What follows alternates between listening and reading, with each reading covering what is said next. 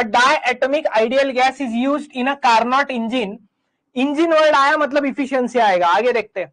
As a working substance, if during adiabatic expansion part of the cycle volume of the gas increases from V to 32V, मतलब gas 32 times expand हो चुका है, तो efficiency पूछ रहा है। अभी इफिशियंसी निकालते कैसे हम लोग, सबसे पहली बात वो बताइएगा। इफिशियंसी का फॉर्मूला क्या हुआ करता था हमारा, efficiency is equals to 1 minus TC by TH, correct.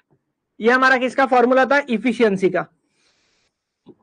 TC मतलब temperature of cold reservoir, TH मतलब temperature of hot reservoir, correct. इसको 1-2 के फॉर्म में भी लिखा जाता है, हाँ, इसको 1-2 के फॉर्म में भी लिखा जाता है, याद रखना। 1-2 के फॉर्म में कैसे लिखते हैं पता है क्या, इनिशियल 1 होता है और फाइनल 2 होता है। तो कोल्ड रिजर्वायर तो हम लोग फाइनल हीट देने वाले हैं ना उसको, ये T2 हो जाएगा और ये T1 हो जाएगा, टीसी के जगह T2, टीएच के जगह T1।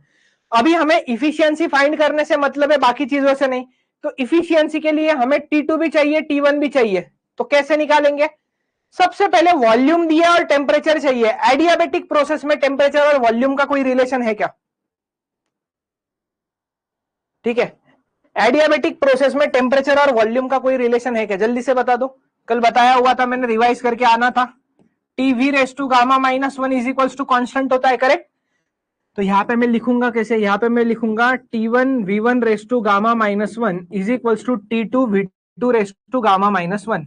हमें क्या चाहिए बेटा, यहाँ पे हमें तो T2 बाई T1 चाहिए ना, तो T2 बाई T1 यहां से कैसे निकालूंगा मैं, ध्यान देना। T2 बाई T1, V2 इधर आ जाएगा, तो V1 V2 दोनों का तो भाई पावर सेम है ना, तो एक ही पावर लिख दो ना, गामा माइनस 1। 7/5 लोगे सर, लेकिन 9/7 भी तो होता है ना, वो नॉन रिजिड के लिए होता है, जब भी कुछ नहीं बोला है तो रिजिड लेना है, 7/5 लेके काम खत्म। 7/5 पुट करना। अभी थोड़ा सा फोकस रखना है यहाँ पे, हमें चाहिए T2 बाई T1। V1 कितना लोगे, V1 कितना लोगे, V लोगे, V1 को आप लोगे V और V2 को आप लोगे 32V, सही है। और यहां पर गामा माइनस 1 मतलब क्या, 7/5 माइनस 1, क्या करोगे 7/5 माइनस 1, क्लियर। तो भाई खत्म, V से V कैंसल, यहां बचा 1/32 और 7/5 माइनस 1 करोगे तो कितना आएगा, 2/5 आएगा।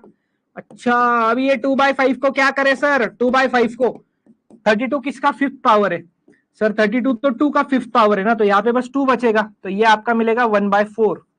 भाई साहब आंसर नहीं आया, T2 बाई T1 का वैल्यू आया 1/4, तो वो इधर पुट कर दो ना सीधा सीधा। 1 माइनस T2 बाई T1 कितना आया बेटा, 1/4। 1/4 क्रॉस मल्टीप्लाई कर दोगे तो ये आएगा 3/4। 3/4 मतलब 0.75। कितने लोगों को क्वेश्चन समझ में आया,